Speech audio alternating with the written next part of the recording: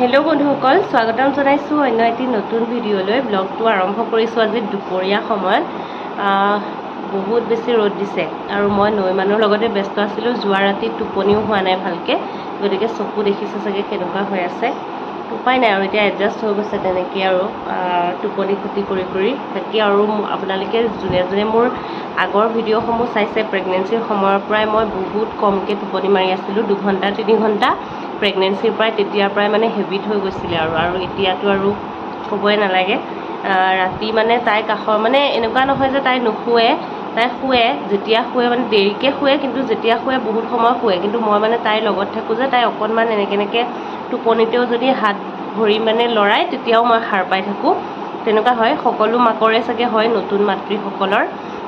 মোৰ যিহেতু নতুন মানে প্ৰথম মই পাইছোঁ ন, সেইটো কাৰণে মই নাজানো, হয়তো বেলেগৰো চাগে একেই হয়। এই নতুনকৈ পোৱাৰ লগে লগে ভয় এটা লাগি থাকে, ক'ৰবাত দুখেই পাইছে নেকি, কিবাই হৈছে নেকি, মোৰ হাতটোৱে লাগিল নেকি। গতিকে টোপনিটো ভাল নহয়, মানে যিমান সময় শুওঁ সেইখিনি সময়ো ভাল নহয়।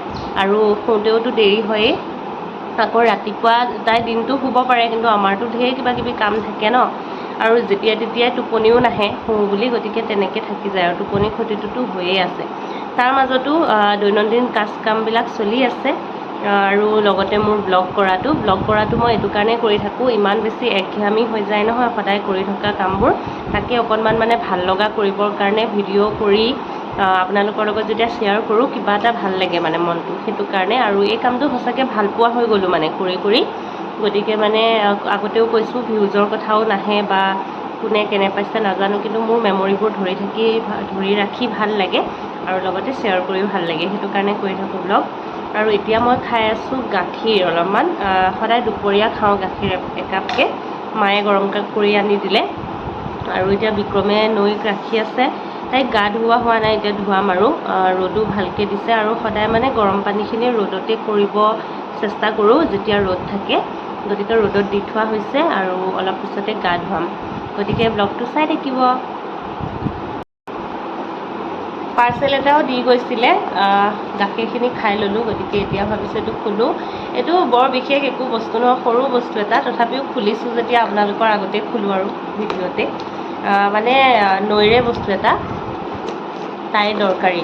কিন্তু কাৰোবাক যদি প্ৰয়োজন হৈ থাকে আপোনালোকেও অৰ্ডাৰ কৰিব পাৰিব, যাৰ সৰু বাচ্ছা আছে। বহুত কামৰ বস্তু হয়, সেইটো কাৰণে ভাবিলোঁ দেখুৱাই দিওঁ। এইটো কি হয় বাৰু?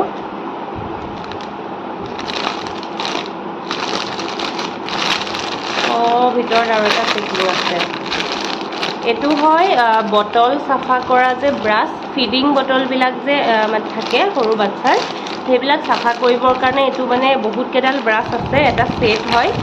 আৰু এইয়া এইডাল দেখোন বহুত ডাঙৰ বটলো চাফা কৰিব পৰা যাব। ডাঙৰ বটলবিলাক যে ঘৰত মানে সেইবিলাকো চাফা কৰিবলৈও ভাল হ'ব। এইডাল বহুত ডাঙৰ হয়, বটল চাফা কৰা। আৰু অকল এডালে নহয় দেই, বহুতকেইডাল আছে, সৰু আছে। এইকেইডাল ধুনীয়াকৈ হ'ব, ধুনীয়াকৈ তাইৰ বটল চাফা কৰিবলৈ হৈ যাব। এয়া 2ডাল দেখিছে, আৰু এই 2ডাল আৰু ধুনীয়া। এডাল ডাঙৰ বটলৰ কাৰণে। অকল যে সৰু বাচ্ছা থাকিলেহে হ'ব তেনে নহয়, মানে ঘৰৰ কামৰ কাৰণে ইউজ কৰিবলৈ মানে আনিব পাৰে দেই। এনেকুৱা বটল চটল চাফা কৰিবলৈ বৰ ধুনীয়া। আৰু এডাল ধুনীয়া। এই যে ফিডিং বটলৰ যে নিপলটো থাকে, তাৰে ভিতৰখিনি এনেকৈ চাফা কৰিবৰ কাৰণে এইটো ধুনীয়া। এনেকুৱা আৰু বিভিন্ন কামত ইউজ কৰিব পৰা যাব। এইকেইডাল মানে বৰ ধুনীয়া হয়। আৰু এনেকুৱা বেকাকৈ সোমাব পৰাকৈ হেণ্ডেলডাল দেখিছে নহয়, এয়া ধুনীয়া। 4ডাল আছে। টোপনি গৈছে।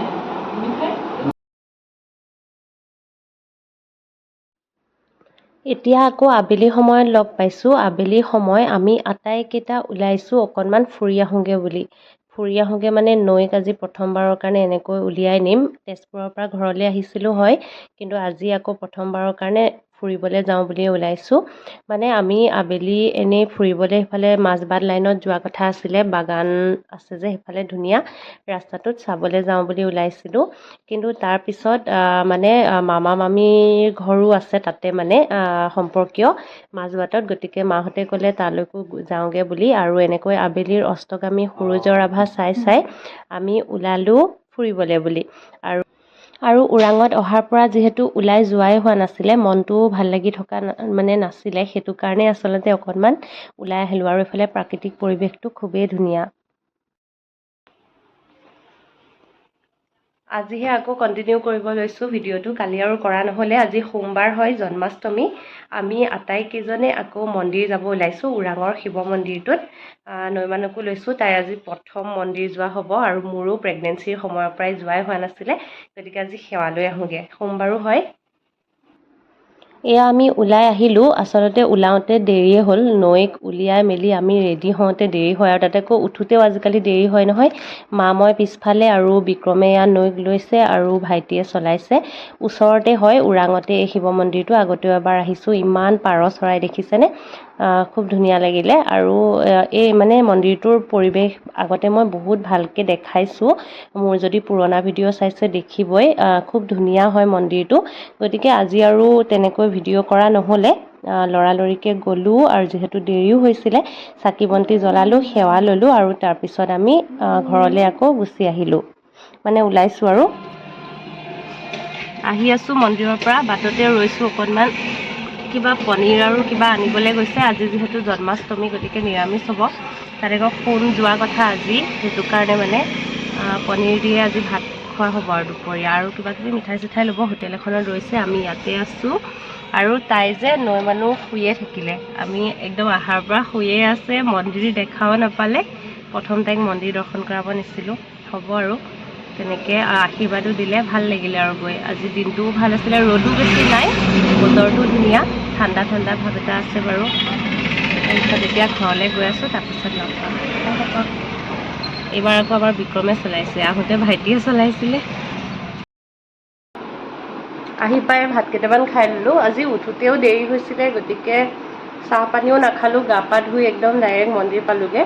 আৰু এতিয়া আহি খালোঁ চাহ। সাধাৰণতে মানে নোখোৱাকৈ যোৱাই ভাল নহয় জানো, চাহো খাই যাবলৈ ভালেই নালাগে। পাৰিলে মানে মন্দিৰটো ওচৰতে হয়, গতিকে পাৰিছোঁ। বহুত দূৰ বাট হ'লে বাৰু কেতিয়াবা চাহ তাহ খাই যাব লগা হয়। আৰু তাৰপিছত এতিয়া ভাত কেইটামান খালোঁ, কৈছোঁৱে আজি নিৰামিষে হ'ব। গতিকে এতিয়া আকৌ দুপৰীয়াৰ কাৰণে বনামহে। পনীৰ যে লৈ অহা হৈছে, মায়ে ৰাজমাহ তিয়াইছিলে, ৰাজমাহ পনীৰৰ কাৰীখন ময়ে বনাম বুলি ভাবিছোঁ। মায়ে মানে ভাতকেইটা বহাই আহি আকৌ নৈ মানুহক চাব, নৈ মানুহ ইয়াতে আছে। আৰু আমাৰ মানে মুনু আৰু সোণ, মানে বিক্ৰম আৰু সোণ বজাৰ কৰিবলৈ গ'ল, সেইটো কাৰণে মই তাইৰ কাষত বহি আছোঁ। তাইৰ কাষত তাইক তেনেকৈ অকলে এৰা নহয়, এজন নহয় এজন মানুহ কাষত থাকোৱে, মানে শুই থাকিলেও।